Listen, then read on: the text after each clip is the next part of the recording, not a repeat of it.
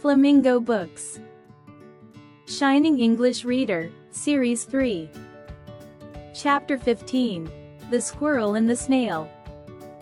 The little squirrel loved his cozy home among the branches of a big banyan tree. He spent most of his time running up and down the tree looking for nuts, berries and seeds to eat. Winter would soon be here, so he wanted to collect as much food as he could. A little snail lived nearby. The snail used to watch the squirrel run around here and there. He wondered if the squirrel ever got tired of running about so much. The squirrel began to think that the snail was a funny creature that carried his home on his back whenever he went. One day the squirrel asked the snail, "Don't you think it is silly to drag your house along with you all the time? Why don't you leave it behind?" "You might think it's silly, but I don't think so," replied the snail. "I have a very soft body. My house protects me. If I don't carry it, birds will peck at me and hurt me. I cannot move as quickly as you can." One day the squirrel asked the snail, "Don't you think it is silly to drag your house along with you all the time? Why don't you leave it behind?" "You might think it's silly, but I don't think so," replied the snail. "I have a very soft body. My house protects me. If I don't carry it, birds will peck at me and hurt me. I cannot move as quickly as you can."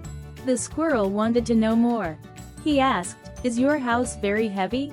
Can I come inside and have a look around?" "Certainly not," said the snail. "My house is not at all heavy and it fits me just fine." The squirrel was young and loved to play games. "Do you want to play hide and seek?" he asked. "I'll hide first and you look for me." The snail rolled in a pair of horns and said, "Do you know that my eyes are at the tips of these horns? I can pull them in whenever I want. Go on, hide. I'll look for you." The squirrel thought that the snail was a bit strange. It was not just his eyes, even his tongue was different. It was like a ribbon.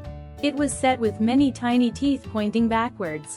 He was surprised to see the snail eat a huge cabbage leaf so quickly. The snail explained that he used his teeth like a file. The two animals became friends. But the squirrel never liked to go for walks with the snail.